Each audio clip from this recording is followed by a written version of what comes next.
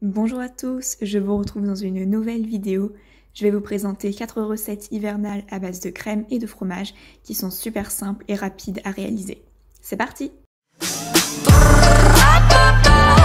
La première recette, il s'agit de pâtes à la carbonara. Alors ça va être des pâtes carbo version étudiante, pas italienne. Je commence par éplucher et découper un oignon en fines rondelles. Vous n'êtes pas obligé, moi je trouve que ça apporte du goût. Dans une casserole d'eau bouillante, je vais venir ajouter mes pâtes. Je mets à peu près 2 portions, donc ça doit correspondre à 150-200 grammes. Honnêtement, je mets 3 poignées. Juste après, dans une poêle chaude, je vais venir ajouter mes lardons. J'ajoute l'équivalent d'un paquet, donc ça doit correspondre à peu près 70 ou 100 grammes. Je ne mets pas de matière grasse parce que les lardons c'est déjà assez gras, donc ça va suffire. Après 2 minutes de cuisson, une fois que les lardons ont un petit peu transpiré leur gras, je vais venir ajouter mes oignons.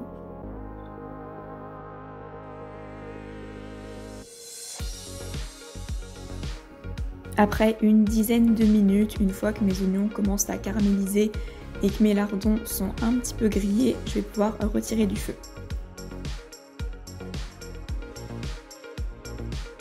Pendant ce temps, mes pâtes ont le temps de cuire, je vais donc les sortir du feu et les égoutter.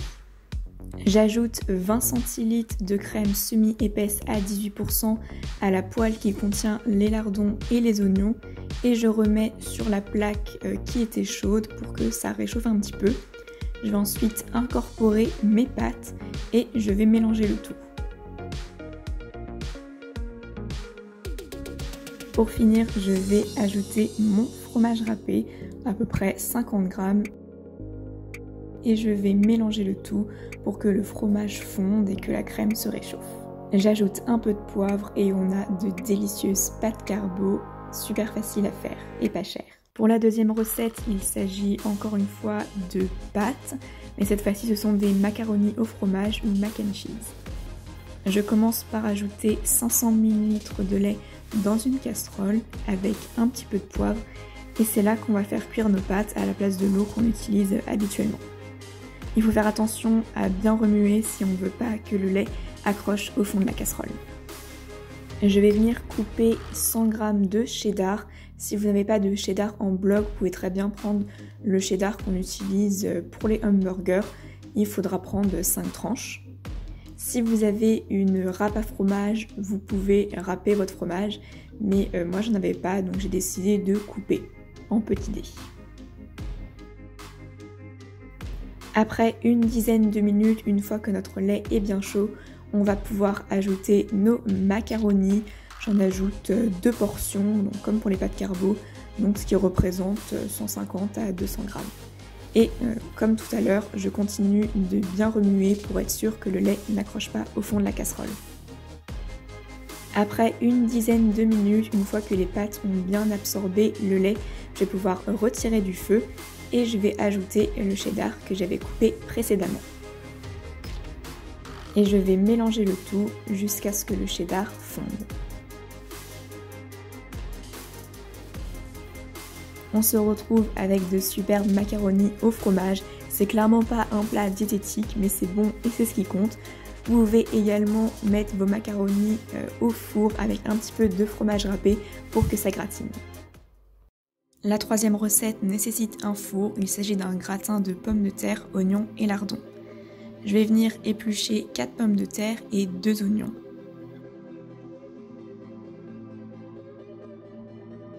Une fois lavés, je vais venir découper mes légumes. C'est important de couper les pommes de terre vraiment en fines tranches, sinon elles vont avoir du mal à cuire. Exactement comme pour les pâtes carbo, je vais venir ajouter un paquet de lardons à une poêle sans matière grasse. Une fois que les lardons commencent à blanchir, je vais pouvoir ajouter mes 2 oignons. Je remue régulièrement et je n'attends pas que la cuisson soit complète. Je retire du feu avant puisque ça va finir de cuire au four. On va pouvoir commencer l'étape de montage. Je commence par une couche de pommes de terre. Ensuite, je vais mettre la moitié de mes lardons et de mes oignons. Une couche de fromage râpé. Il me restait un peu de cheddar donc j'ai ajouté. Et je recommence l'opération pour un deuxième étage. Je ne sais pas pourquoi mon téléphone a arrêté de filmer à ce moment-là.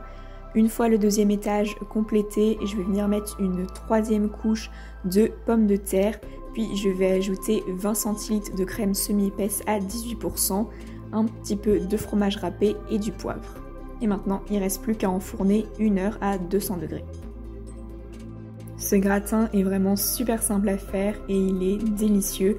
Vous en avez à peu près pour 2-3 portions en fonction de ce que vous avez l'habitude de manger. Pour la quatrième et dernière recette, il s'agit d'une tarte aux poireaux. Je vais venir couper 2 blancs de poireaux. Alors il ne faut pas trop faire attention à ce que je fais, il faut savoir que c'était la première fois que je cuisinais des poireaux et j'ai un peu galéré à les couper, c'était beaucoup plus dur que ce que je pensais. Moi il faut savoir que j'ai vraiment aucun talent culinaire, ça s'arrête vraiment à cuire des pâtes et couper des légumes et encore pas tous les légumes comme vous pouvez le voir. Mais bon, pour le deuxième poireau ça a été un peu mieux. J'ai essayé de couper des demi-rondelles pas trop grosses. Vous commencez à avoir l'habitude, je vais encore une fois mettre des lardons dans une poêle sans matière grasse. Je cuisine pas mal avec des lardons, mais parce que c'est quasiment la seule forme sous laquelle je mange du porc.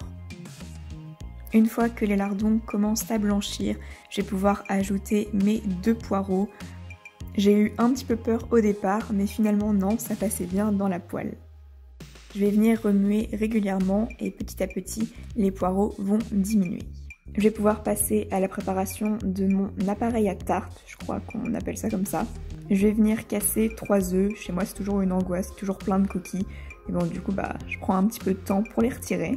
Je vais battre mes œufs puis ajouter 20 centilitres de crème semi-épaisse à 18%, un petit peu de sel et de poivre et je vais continuer à mélanger. Je trouvais que la texture de mon appareil était un petit peu trop compacte, donc j'ai ajouté un petit peu de lait, je dirais 10-15 centilitres, c'était à vue d'œil, jusqu'à ce que la texture soit beaucoup plus liquide et que ça me plaise. Et ensuite j'ai ajouté à peu près 80 g de fromage râpé. Dans un plat à tarte, je dispose ma pâte brisée, je vais la piquer avec une fourchette. Je vais ajouter les poireaux et les lardons et je vais verser par-dessus l'appareil.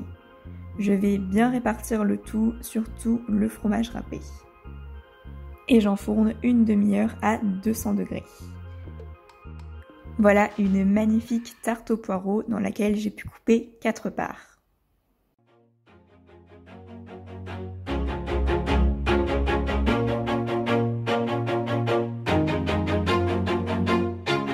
Always do it on my own, so I gotta get through it. And the only thing I know is to love what I'm doing. Never give up, never slow, till I finally prove it. Never listen to the no's, I just